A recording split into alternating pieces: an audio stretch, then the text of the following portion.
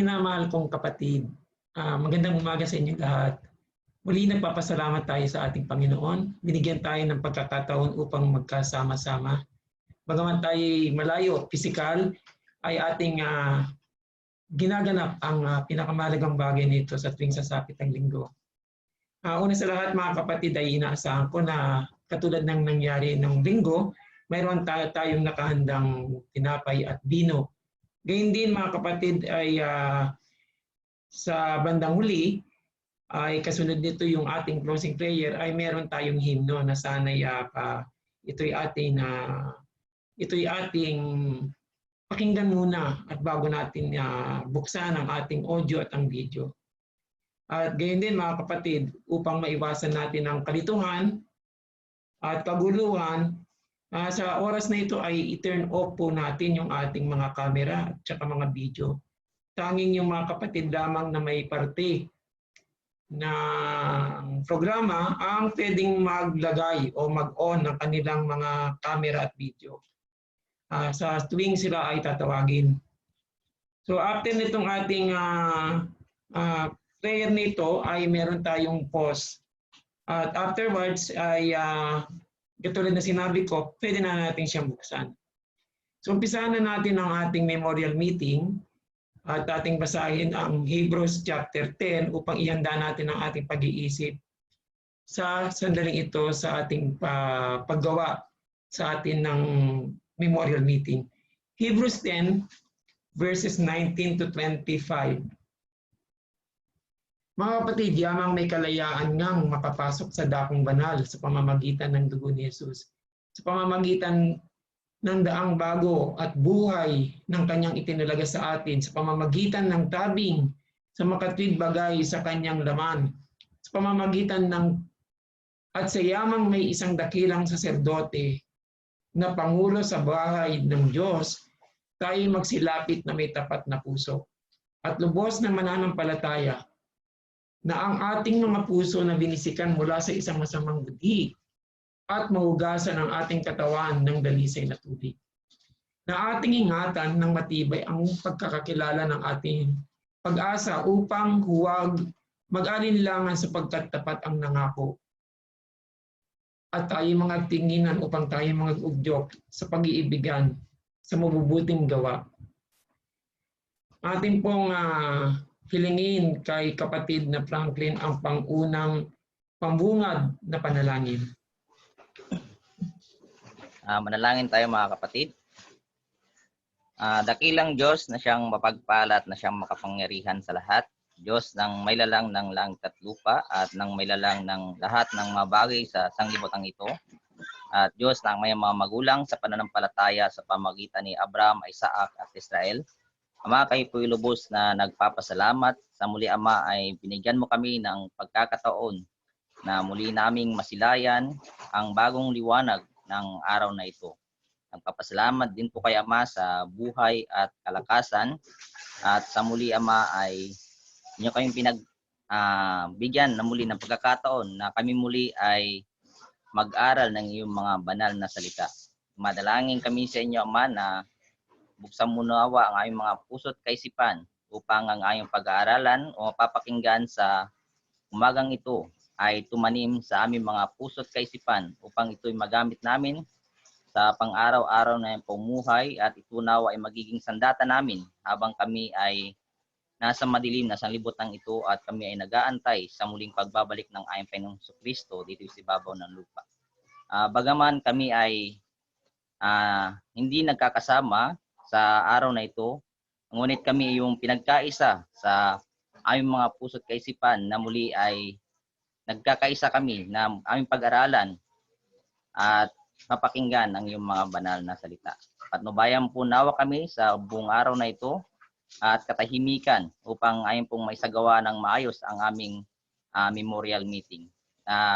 Madalangin din kami sa inyo, Ama, na ang mga kapatid namin na sa banig na karamdaman ay pagkalumunawa ang mabilisang kagalingan upang sa mga susunod na gawain gaya ng aming ginagawa sa oras na ito ay aming silang makasama sa pag-alala ng iyong mga banal na salita.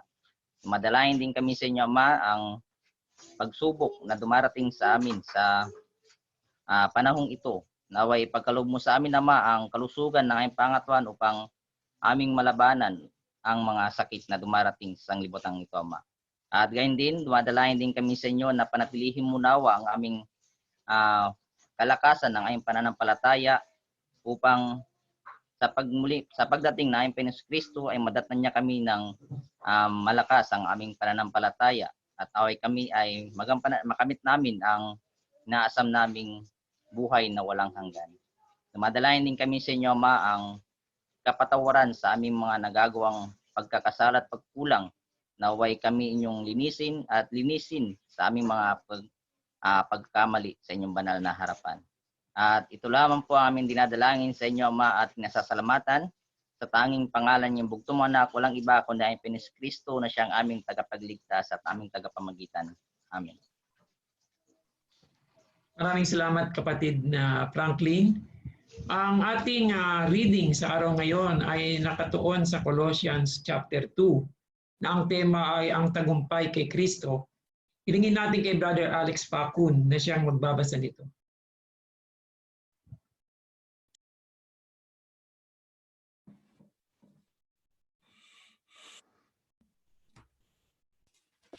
Ang pakagandang umaga sa atin, mga kapatid, sa pananampalataya. Muli ang ating readings ay natatapat sa Colossians chapter 2 at aking babasahin sa inyo at ganito ang sinasabi. Sapagkat ibig ko na inyong alaman kung gaano malaki ang aking pagpili sa inyo at sa nangasal siya sa lahat na hindi nakakakita ng mukha sa upang mga aliyo ang kanilang mga puso sa paglalakip sa pag-ibig at sa lahat ng mga kayamanan ng lubos na katiwasayan ng pagkaunawa upang makilala nila ang hiwagan ng Diyos sa makatuwid bagay si Kristo, na siyang pinatataguan ng lahat ng mga kayamanan ng karunungan at ng kaalaman. Ito'y sinasabi ko upang huwag kayong madaya ng sinuman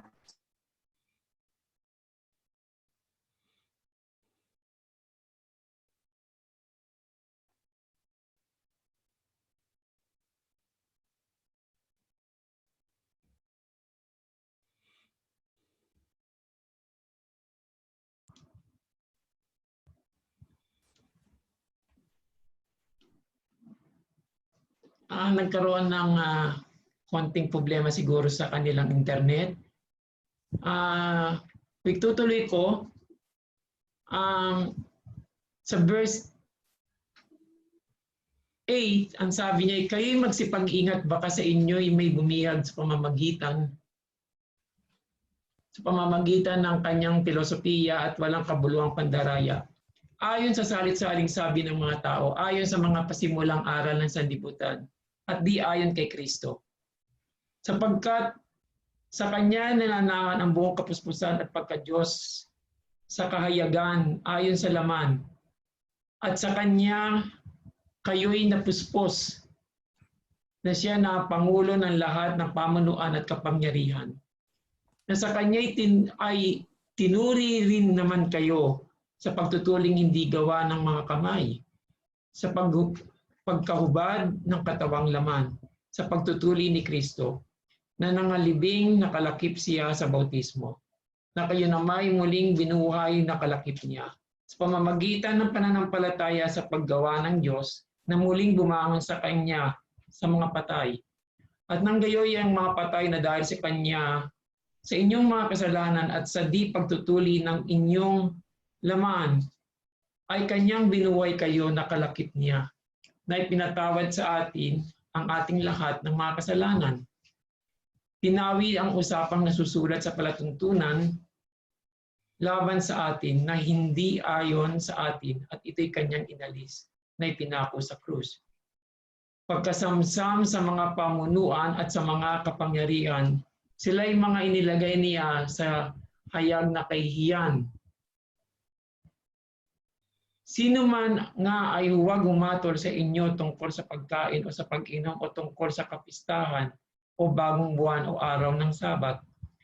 na isang anino ng mga bagay na nangingidating.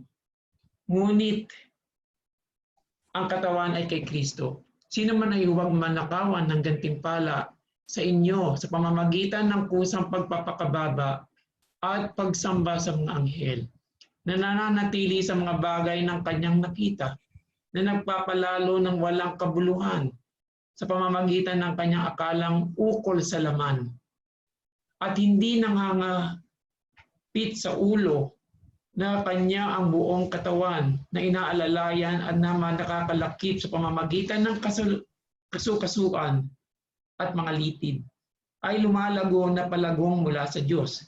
Kung gayoy nangamatay, nakalakip si Kristo mula sa pasimulang aral ng sanlibutan, bakit nawaring kayo'y nangabubuhay pa sa sanglibutan?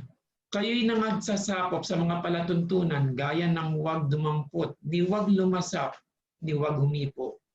Ang lahat ng mga bagay na ito ay nangasisira sa paggamit ayon sa mga utos at mga aral ng mga tao. Ang mga bagay na iya ay katotohanan ng mayroong anyo ng karunungan sa pagsambang kusa at sa pagpapakababa sa pagpapakahirap sa katawan, ngunit walang anumang kabuluhan laban sa ikalalayaw ng laman. At hilingin po natin mga kapatid ang eksortasyon na nagmula sa ating kapatid na si Brother Darren mula sa Gospel Ecclesia ng Sydney, Australia. Brother Darren.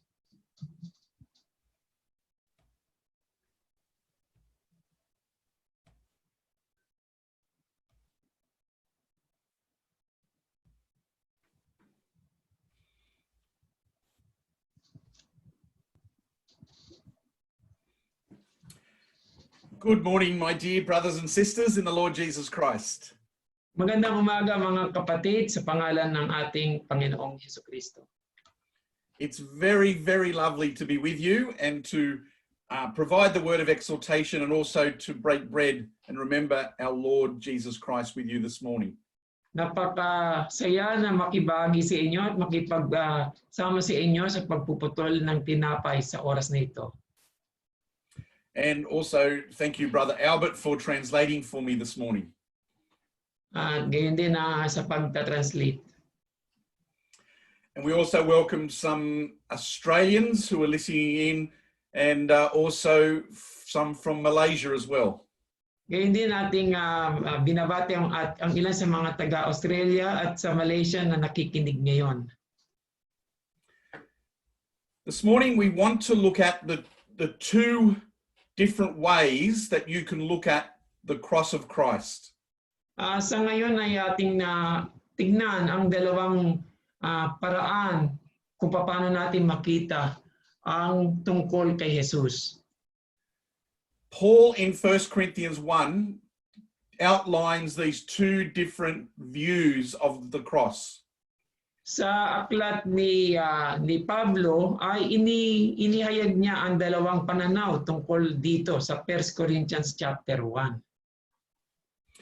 He says the message of the cross is foolishness, and then he goes on to say to the Greeks they see the cross as foolishness. And so I've highlighted the word foolishness to show that is view 1 of the cross.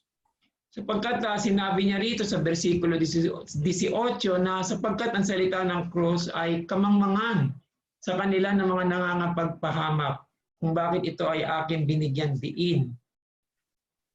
In fact, this is the way most people in the world today, particularly in Australia, view the cross, that it's just foolishness. Sa katotohanan, ito ay pananaw ng iba, maging dito rin sa Australia na kung saan nandun si Brother Darren, na ito isang kamangmangan. There is a second view that Paul describes here, and that is through faith, there's others that see the cross as an exhibition of the power of God. Meron ding pangalawang pananaw dito tungkol sa ang pagpapahayag kay Kristo na nakapako ay kapangyarihan o karunungan na nagmula sa Diyos. In Paul's day, when he wrote 1 Corinthians, most people in the Roman Empire saw the cross as absolute foolishness. Nang sa panahon na isinulat ni Pablo ang sulat niya sa Korinto, tinignan ito ng ibang mga tao na ito'y isang kalokohan o kamangmangan. And this was due mainly because of the actual method of execution, the cross itself. Maaring ito ay kanilang pananaw sapagkat alam naman nila na kung paano ito pinapatay ang isang tao ay sa pamamagitan ng crucifixion o pagpapako. The Romans had perfected crucifixion as a method of torture. Ang pagpako sa krus ay isang paraan ng mga Romano upang parusahan ng isang tao. Initially, the Romans had used it for rebellious slaves, but as the empire grew, it became a political tool that was used for revolutionaries and rebels. Ito ay isang paraan ng mga Romano upang kanilang gapiin ang mga kalaban nila sa politika at sa mga rebelde ang pagpako sa krus. It made fun and it mocked would-be rebels because it lifted them up and said, this person wants to climb up, we're going to display them high, but in pain and in shame. At ang katotohanan ay sa tuwing ito'y kanilang iniaangat sapagkat sila'y pinako ay itong taong ito ay nagnanais na umangat, subalit amin silang iniaangat para makita ang kanilang kahihiyan. And so the Romans used this method of execution particularly to not just break the body, but to break the spirit of anyone who would claim to rebel or to set up their own opposition to Rome. So ang pamamaraan na ito ay ginagawa nila sa Rome o ng mga Romano upang hindi lamang sirain ang katawan nito o ang kanyang pagkatao, kundi upang makita nila kung gaano kalupit ang ginawa niyang kasalanan. In fact, the Romans would often crucify somebody in a public place, on a main road or in a public square, and it sent a very strong and terrifying message to everybody. Isang paraan ng kanilang ginagawang pagpapako ay sa publiko upang maipakita nila ang kanilang kalakasan at mapakita nila na ang ginawa nito ay maaari mong sapitin kung ikaw ay magre-rebelde laban sa kanila. Crucifixion was not a noble death. It was a degrading, humiliating, and it was the worst kind of death that you could imagine. Ang pagpako sa krus ay hindi isang kahanga-hanga o isang honorable death, kundi ito'y isang paraan upang ikaw, ang espiritu mo ay masira at lurayin ang iyong pagkatao. And it was designed by Rome to send a very strong message, don't mess with Rome. At ito isang mensahe ng Rome na wag mong subukan ang mga Romano.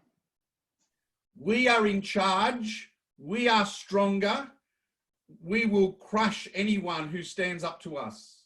Kami ang namumuno, kami malakas at kaya naming gapiin ang sinumang kumalaban sa amin. So you could imagine in the Roman Empire, it would be seen to be crazy to follow somebody who had been crucified like this. So sa Roman Empire, makikita natin na talagang imposible na ang isang tao ay agad-agad na magrebelde laban sa kanila. You could imagine a neighbor of a believer saying, "You're crazy, you're loco. Why would you follow somebody who's been crucified?" At maaaring siguro ang tao na nakapako ay masasabi niya na sa kanyang kapitbahay o kanyang kaibigan na napaka mali o sira ang ulo mo, bakit mo sinusunod ang isang tao na ipapako. But to the believer, they saw this crucifixion very, very, very differently. They saw this as the power of God. Subalit sa mga mananampalataya, nakikita nila na ang pagpako ay kakaiba sa pananaw ng ordinaryong tao. Nakita nila na ang crucifixion o ang pagpako, ito ay nagmumula ang kapangyarihan ng Diyos. In fact, the early believers saw it as a victory, whereas Rome had designed it to be a show of conquering. The early Christians saw crucifixion of Christ as a victory. Totally opposite. At makikita natin na ang kaibahan nito na sa mga mananampalataya, ito ay isang tagumpay. Subalit sa mga hindi, ito ay isang paggapi sa kanyang pagkatao. These words in Colossians 2, which we read, show us a total different way of viewing the cross. Sa Colossians chapter 2 ay may pinahayag kung paano ang pananaw tungkol sa crucifixion. When Jesus was crucified, through faith, this is what happened. He destroyed the principalities and powers. He made a public spectacle and he triumphed over them. Sa kanyang pagkapako, mababasa natin na ang pamunuan at kapangyarihan ay inilagay niya sa kanya hayag na kahihiyan, ay nagtagumpay siya sa kanila sa mga bagay na ito. This is a totally opposite way of seeing the cross. One person sees it as foolishness, as shameful, as being crushed, but the believer sees it as a victory over the world and a triumph.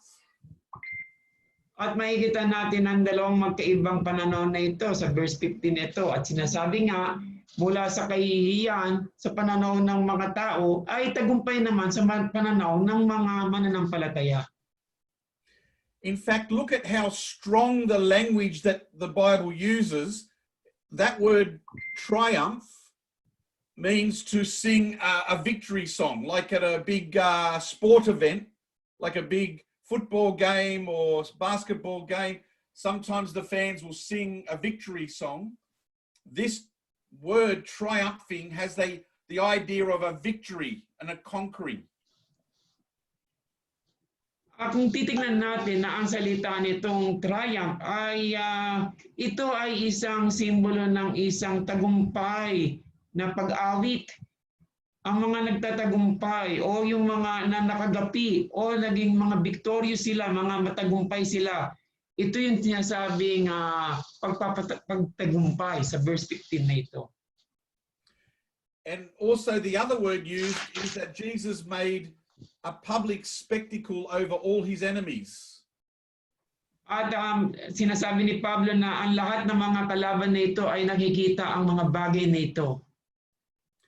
The public spectacle was equivalent to when a Caesar of Rome would conquer another country, they would bring captives and slaves and gold and plunder, and they would display it on the streets of Rome to everybody to demonstrate a victory had been won. Ipinaliwanag ni Pablo na ang tagumpay na ito ay parang isang matagumpay katulad ng pagpapahayag sa isang publiko ng tagumpay kung ikaw ay nanalo sa isang coliseum o sa isang matagumpay na laban pandigma. This is how the first Christians, the early believers, saw the victory of Jesus. It was real and it had already happened at his crucifixion. At ito ang nakita ng ating mga mananampalataya ng unang siglo. Ito'y totoo at sila nagtagumpay laban dito. When we talk about the victory of Christ over the world, sometimes we think about that in the future when he comes to conquer the world. But in reality, he has already conquered the world. Minsan ay titignan natin na ang tagumpay ay isang kahanga-hanga na at di ka panipaniwala sapagkat makikita natin na magtatagumpay ang ating Panginoon sa panghinaharap. Subalit nagtagumpay na siya bago pa man ang lahat. There are many verses in the New Testament that talk about the victory that has already been won by Christ now, already. At maraming mga bersikulo o sitas mula sa Biblia makikita na ang lahat ng tagumpay ay nakamit na ng ating Panginoon. This example here in 1 Peter 3, that Jesus has gone into heaven and put down all authority and power. Everyone is subject to him now. At itong sa unang Pedro na kung saan siya ay pumunta na sa langit at nasa kanan ng Ama at ang lahat ng kapangyarihan ay nasa kanya, ito'y nangyari na ngayon. Here's another example from Ephesians that says he has gone up into heaven, but he is put down and he's been elevated over all powers, not only in this age, but in the future as well. At gayon din sa Epeso 1 sa versikulo 20 at saka 21 na ang sinabi na ang lahat ng mga bagay nito, tagpapangyarihan nito at ang mga bagay na nakikita natin at sa panghinaharap ay nakamit na niya.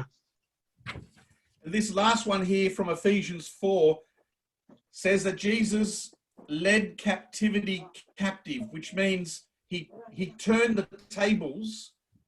It looked like he was being destroyed, but in fact he was actually destroying his enemies.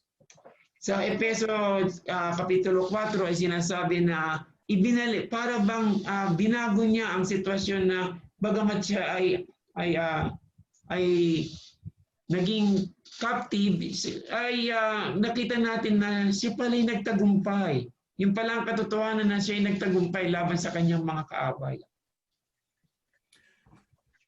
So when we read the gospel records of his life, sometimes we think it's just a story, but it is in fact a conquering general, conquering in an ongoing campaign against the powers of the world.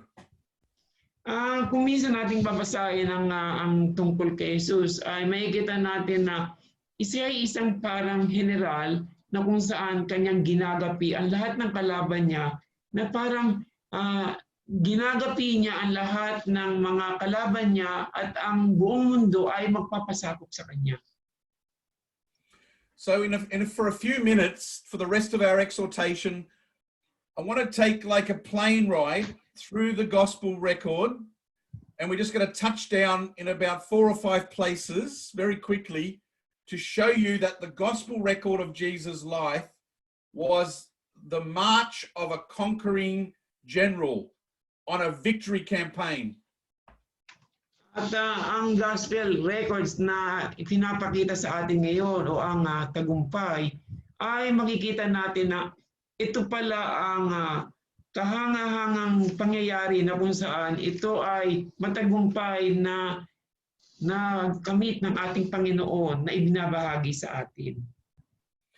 And the principalities and powers that Ephesians and Colossians talked about tried to stop the Lord, and he battled them all the way through, right till the end.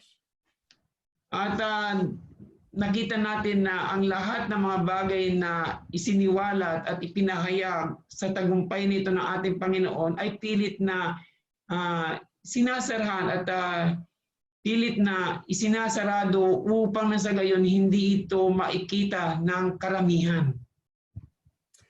Even the fact that John the Baptist comes before Jesus is very similar to a conquering king who is on a campaign would send they would send a herald or an ambassador before them to prepare and to ask for surrender and send a message before them. So Jesus, as a conquering king, had John the Baptist come as his messenger or his herald to prepare the way. Isang patunay nito ay ang ang pahayag ni John the Baptist na kung saan siya ay nagpahayag ng pagdating ng isang mananakop o ng conqueror, ang ating Panginoon, at prepare niya ang daan nito upang paniwalaan ng lahat. Let's progress further into his ministry. Ating tignan pa ang kanyang mga pagmimisyonaryo, pagtuturo. Actually, before we do, even his very birth, Jesus came up against the powers, which in that case was Herod. Herod, even at his birth, tried to kill Jesus. There was a battle between Jesus and the powers that controlled the world. At ayon sa sulat, bago pa man ipinanganak si Jesus, nais na siyang patayin ng haring si Herod bago pa man siya isinilang. Because Herod saw Jesus, even as a baby, as another king that was going to try and conquer him. At dahil nakita ni Herod na bagamat ito'y isang bata o isang paslit, siya'y may kakayahan na magiging hari. Even when Jesus healed the sick, that too was a battle that Jesus was actively engaged in. At gayon din ng kung saan ay nagpalabas si Jesus ng mga sakit, ng karamdaman, ay nagpapakita na siya ay naging matagumpay maging sa mga karamdaman na ito. Notice the language here in Matthew 12. When Jesus heals the mentally ill, he says, he compares that to a strong man being attacked by somebody else and a victory, and someone being bound and then the house being plundered. So when Jesus was healing, it was a battle against sin. It was war. At maging kung makikita natin sa aklat ni Mateo na maging ang isang tao na kaya niyang gapusin ang isang malakas at magkagayoy na masamsam niya ang kanyang bahay. At gayon din ay sumasa kanya, ang laban sa kanya ay na kaya niyang gapiin o talunin ang mga bagay na ito. Even when Jesus clashed with the Jewish authorities who ruled the Jewish world, Jesus was involved in a war. Gayon din ang kanyang makaharap ang mga tao ng kalaban ng katotohanan, ay gayon din kung paano niya ito nagapi. He uses very strong language against them, even calls them murderers. Nagbibigay din siya ng isang diretsahang pahayag at sinasabi niya kayo mga mamamatay tao. When they tried to arrest Jesus in Luke chapter 22, they came out against him with weapons. Jesus says, this is your hour.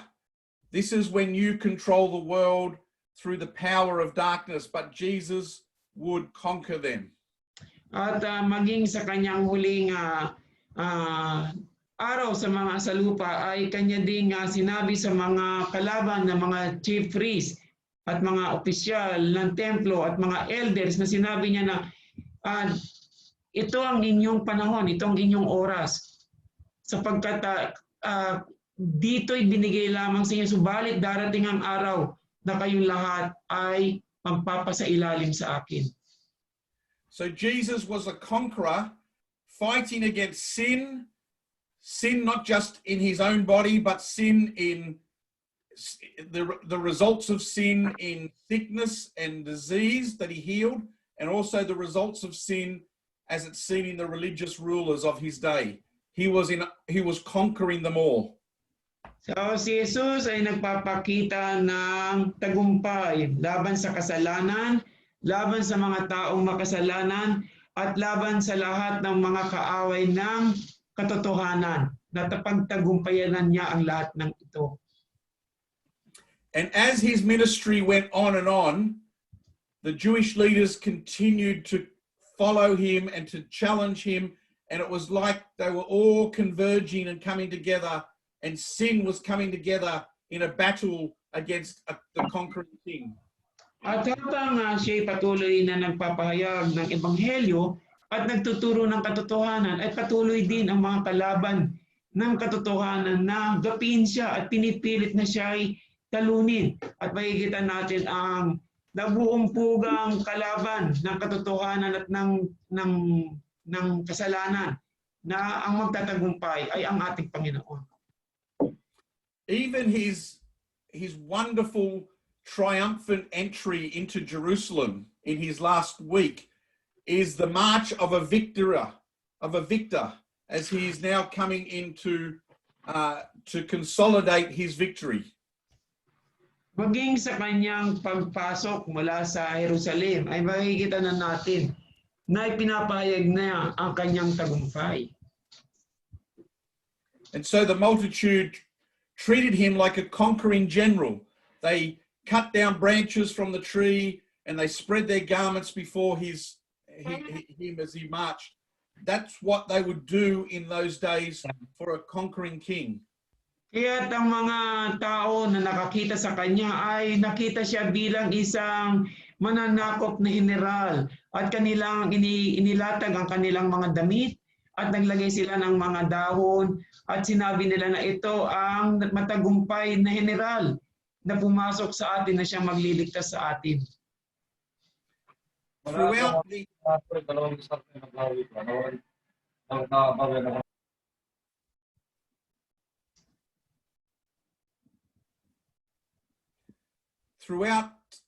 the arrests and the trial of Jesus, through the different trials, the principalities and powers were against him. And here we have the conquering king confronted with the rulers of this dark world. At maging sa huling araw ng kanyang pag-aresto at sa kanyang trials ay marami pa rin ang sumisigaw sa kanila at pinipilit na palayain ang kanyang kalaban na si Barabas at ipako ang rebellion na ito na si Jesus. In fact, if you remember in the story, Barabbas, who was a political revolutionary, is released instead of Jesus, showing that Jesus was seen as a rebel and an opposing conqueror. Sa katotohanan si Barabas bilang isang rebelde ay pinipilit nilang palayain at inihayag nila na si Jesus ay isang rebelde at hindi si Barabas.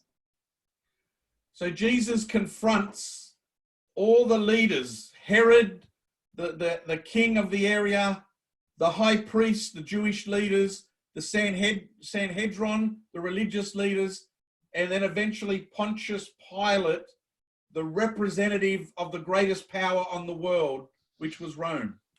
At sa huli ay kinumpronta ni Jesus ang lahat, magmula kay Herod, sa high priest, sa mga Sanhedrin, si Pilato, at ang gobernador na si Caesar na nagre-represent ang kapangyarihan at otoridad ng Romano Imperyo. And then when he comes before Pilate, there is a clash of power. Two power sources clash. The political power of Rome and the power of God, the power of love, clash together. At sa record nito, makikita natin na may dalawang nag-uumpugan. Ang nag-uumpugan ng kapangyarihan ng kasamaan at nag-uumpugan laban sa pag-ibig. Ito yung sa ating Panginoon.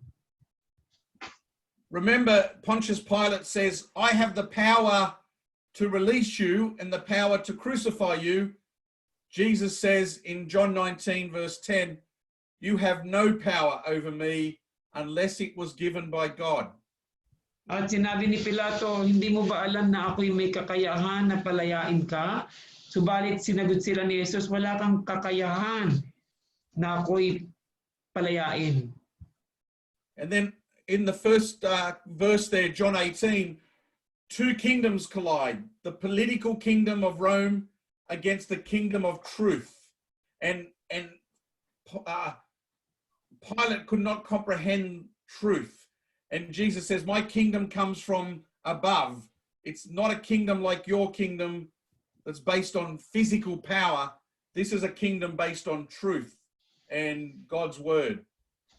So ang John 18 ay nagsisimbolo ng dalawang kaharian na nag-uumpugan ang kaharian ng kapangyarihang pang-ibabaw at ang kapangyarihan na nagmumula sa langit. Ito'y ang katotohanan. At ang kaharian na ito ay sinasabi na naguluhan si Pilato at sinabi niya, ano ba ang katotohanan? Na ang kaharian ng katotohanan ay darating sa atin sa pamamagitan ng anak.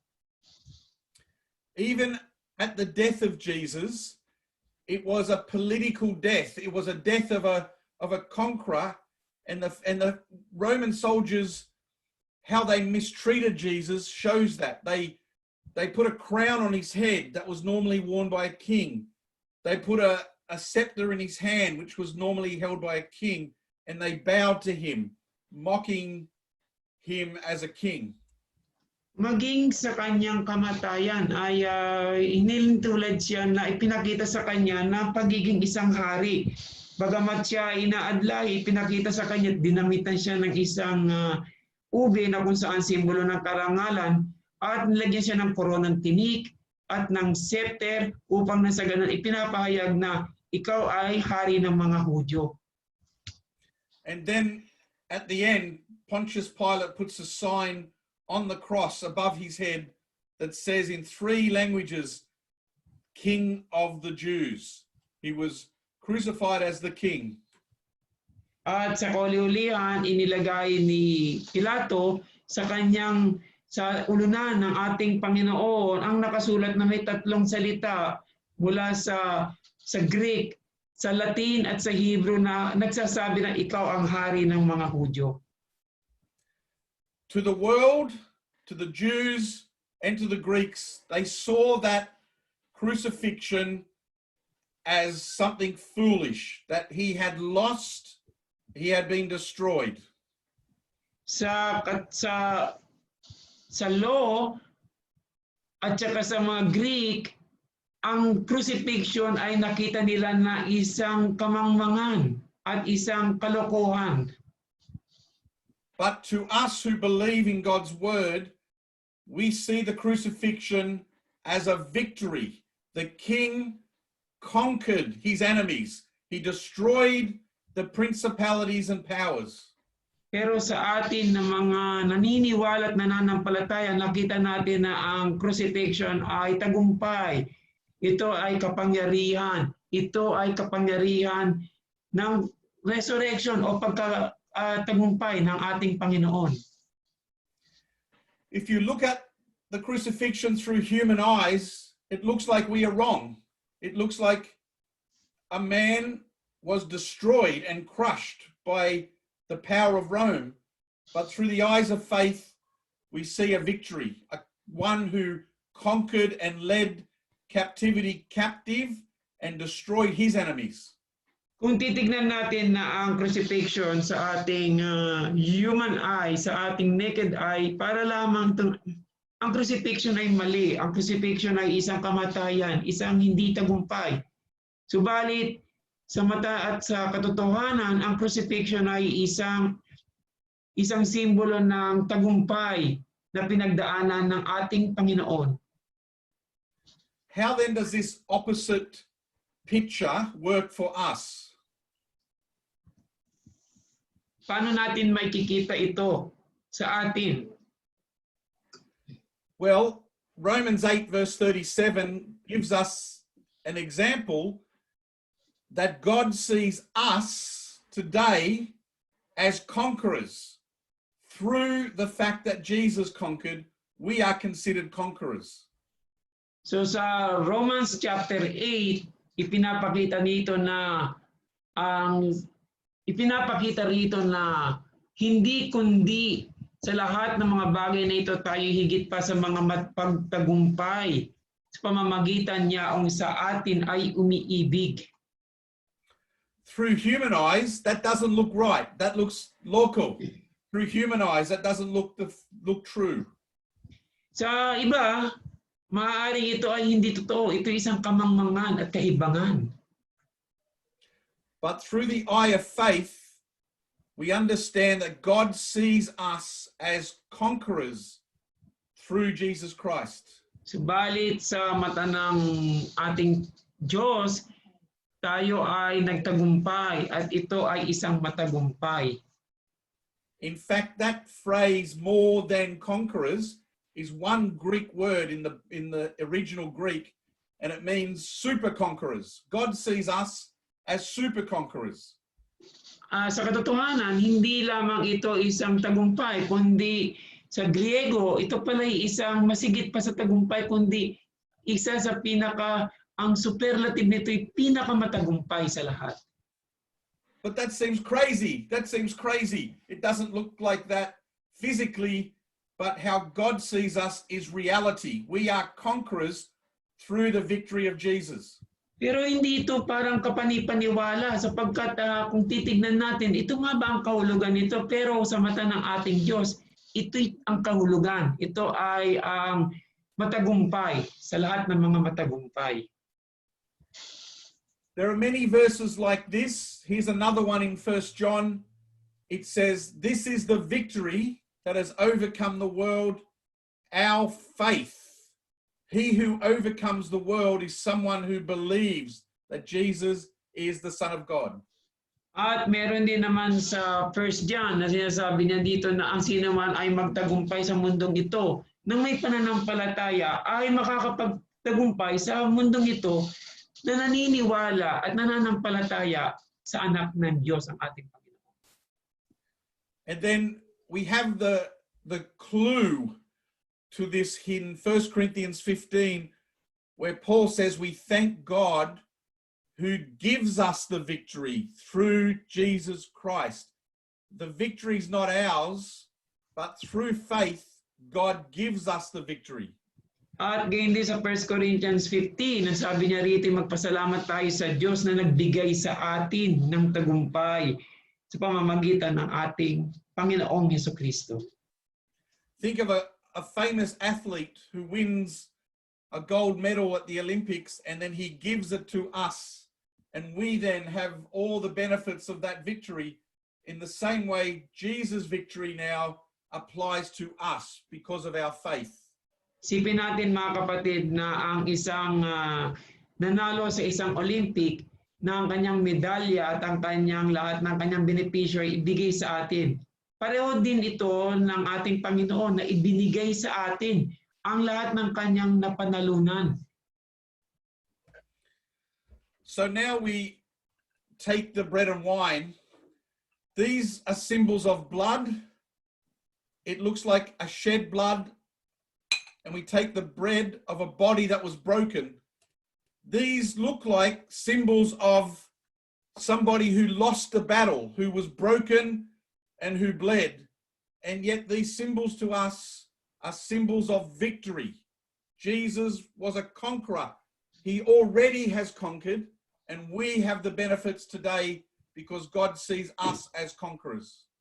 So ang simbolo ng bread at saka ng wine na nasa atin ngayon ay ito'y simbolo ng kanyang laman at dugo na ibinigay sa atin upang magtagumpay. At napagtagumpayan niya ito. Ito ngayon ay pinagkakaloob niya sa atin upang malasap natin ang tagumpay na kanyang nalasap. Salamat po, kapatid. Thank you, Brother Darren. So mga kapatid, tayo naman ay dumako na sa pangalawang yugto at isa sa mga importanteng bahagi ng ating memorial meeting, ang bahagi ng tinapay at ng vino na simbolo nito. Bago natin ito tanggapin mga kapatid, ay hayaan niyong basahin ko sa inyo ang 1 Corinthians 11.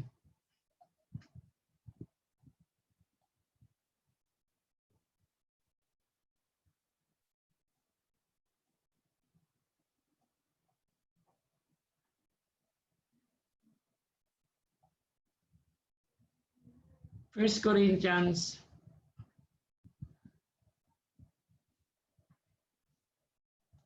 chapter 11. Maging tagatulad kayo sa akin, na gaya ko naman kay Kristo. At kayo'y aking pinupuri nga sa lahat ng mga bagay na naaalala ninyo ako. Ingatan ninyong matibay ang mga turo na gaya ng ibinigay ko sa inyo. At sa verse 23, sapagkat tinanggap ko sa Panginoon ang ibinigay ko naman sa inyo na ang Panginoong Hesus, nang gabing siya'y pinagkanulo ay dumampot ng tinapay. At nang siya'y magkapagpasalamat ay kanyang dinampot at pinagputol-putol at sinabi, ito'y aking katawan na pinagputol-putol dahil sa inyo. Gawin ninyo ito sa pag-alaala sa atin. Tayo po'y manalangin sa tinapay.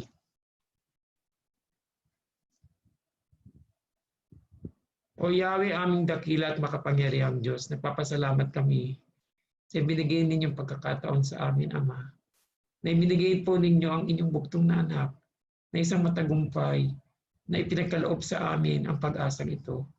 Maraming salamat, Ama, sa pagkaing tinapay na ito na siyang simbolo ng kanyang laman at upang sa ibigay ito sa amin at sa aming paghahanda. Nawa, Ama, ay ito ay makapagbigay sa amin ng kalakasan. At ang pagpapartake po namin ng bread na ito, Ama, ay nagpapasalamat kami sa pakikiisa sa lahat ng mga gumagawa nito, bagamat hindi ito pisikal. Ay nagpapasalamat po kami, Ama. Ang lahat ng ito ay aming samanalangin sa pangalan ni Jesus. Amen.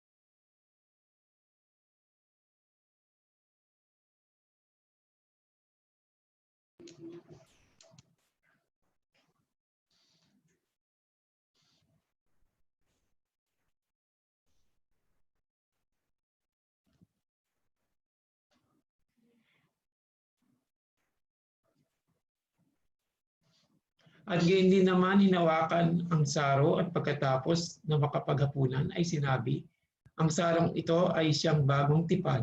Sa aking dugo at gawin ninyo ito sa tuwing kayo'y magsisiinom sa pag-alaala sa akin. Manalangin po tayo sa bino. Ama namin sa langit, nagpapasalamat po muli kami. At na kami ngayon ay sumasalamin sa pag-ibig na ibinigay ninyong inyong anak sa amin. Nagpapasalamat po kami, Ama, sa bino na ito na siyang simbolo ng dugo niya na ibudbud sa amin upang magkaroon kami ng pag-asa sa buhay na walang hanggan. Naniniwala at nananampalataya kami, Ama, na muling babalik ang aming Panginoon, ang inyong anak, upang tanggapin namin ang blessings na ito at ang great hope na ito na ibinigay sa amin. Salamat po sa amin, sa aming na inyong pinapalakas sa tuwi-tuwi na. Salamat po sa inyong anak na siyang aming tagapagligtas na buhay at muling babalik sa aming piling. Muli aming dalangin ito sa pangalan ni Jesus. Amen.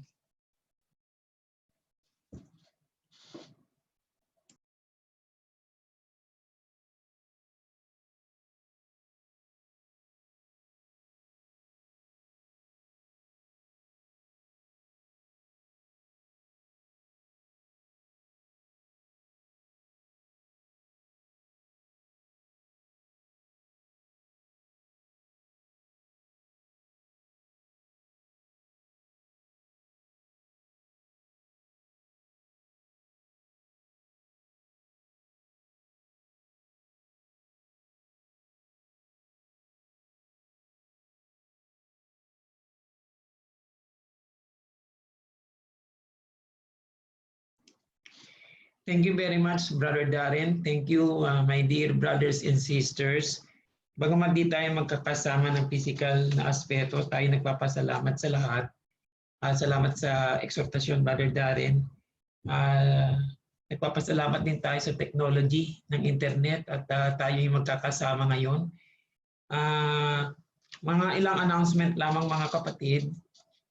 Una sa lahat mga kapatid ay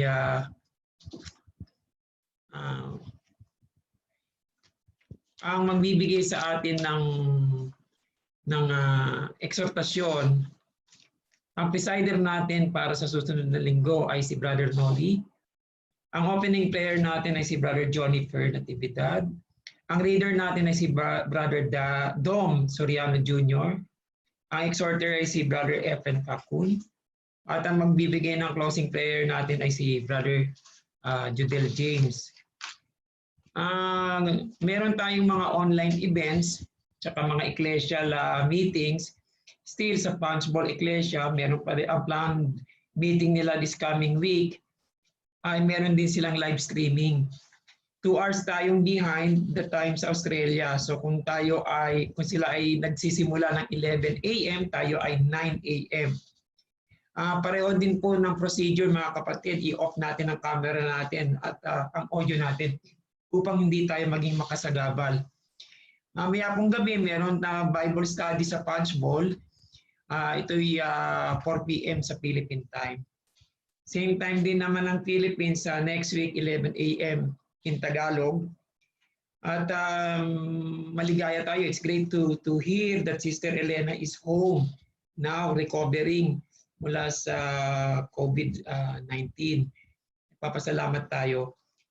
However, nakakalungkot mga kapatid na ang ating, it's so sad na ang elderly residents ng ating UK nursing home sa Australia, sa UK, ay may isang kapatid doon na namayapa na pass away dahil sa COVID-19.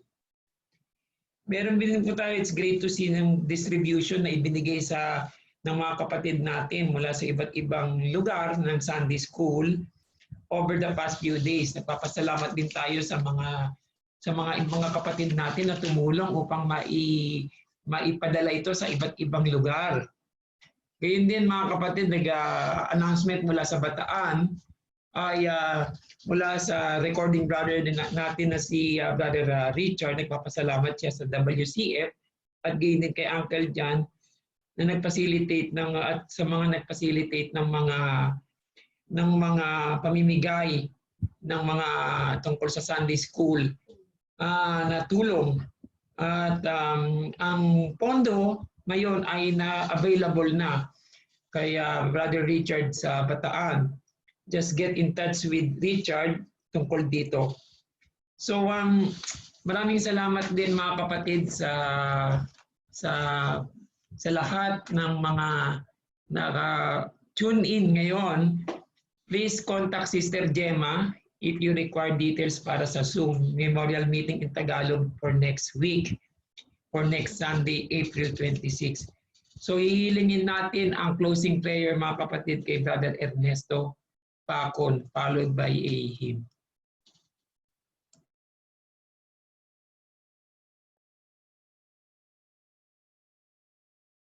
Manalangin tayo mga kapatid. Ang maraming Diyos na dakila at makapangyarihan sa lahat, Diyos na puspos ng biyaya at katotohanan, at Diyos ng aming mga magulang sa pananampalataya sa pamamagitan ni Abraham, Isaac at Israel. Sa muli amang Diyos, kami ay muling dumudulog sa luklukang awa at muling nagpapasalamat sa buhay at kalakasan na patuloy namin tinataglay sa oras na ito. Maraming salamat dakilang Diyos sa paggabay, pag-iingat at pagmamahal niyo sa bawat sa amin sa kabila ng aming mga kainahan at kakulangan. Nagpapasalamat din kami sa aming mga kapatid sa pananampalataya, pamilya at kaibigan sa pagtahak sa mga pagsubok sa buhay na ito. Batid po namin na sa gitna po ng aming kahinaan at ng hamong na sa aming harapan, ay sama-sama po kaming sumasamba at dumadakila sa iyong kataas-taasang pangalan. Turuan mo po, Panginoong Diyos, ang bawat isa sa amin na patuloy na kumapit sa iyo. Payapain mo po ang aming mga puso at bigyang liwanag ang aming mga kaisipan. Dalangin din namin, Panginoong Diyos, na mangibabaw ang pangunawa at pagmamahal sa amin sa bawat sandali upang maging mapayapa at makabuluhan ang aming samahan bilang mga magkakapatid sa pananampalataya. Umaasa rin kami, Panginoong Diyos, na nawa ang mga aral na siyang aming napakinggan sa mga oras na ito ay mag-iwan ng marka sa bawat isa sa amin habang kami ay patuloy na nabubuhay sa mundo ng karagdagan. Ngayon kami po ay kumakaharap sa pandaigdig na krisis, kaugnay ng paglaganap ng virus na COVID-19. Kami po, Panginoong Diyos, ay nagpapakumbaba at sumasamong iyong dinggin ang aming mga naikinain. Hilumun mo po ang mga may sakit ng COVID-19 ang kanilang pisikal at emosyonal na sakit na kanilang nararanasan. Umaasa rin kami, Amang Diyos, na palakasin mo ang bawat isa sa amin, lalong-lalo na ang mga kapatid namin na mga frontliners, upang hindi sila dapuan ng sakit at aliwin sa mga panahong sila ay pinaghihinaan ng loob. Dalangin po namin ang iyong pagkilos upang ang pagkalat ng virus na ito ay tuluyan ng mapigil. Amin pong inilalagak sa iyong harapan, Panginoong Diyos, ang aming mga alalahanin at pagkabalisa, sapagkat ikaw lamang ang nakapagbibigay sa amin ng kapanatagan at kapayapaan sa lahat ng pagkakataon. Ang dalangin ito, Ama, ay aming ipinapaabot sa iyo at pinapasalamatan sa tanging pangalan niyong bugtong na anak ng walang iba kundi ang aming Jesucristo, na siyang aming dakilang tagapagligtas at tagapamagitan. Amen.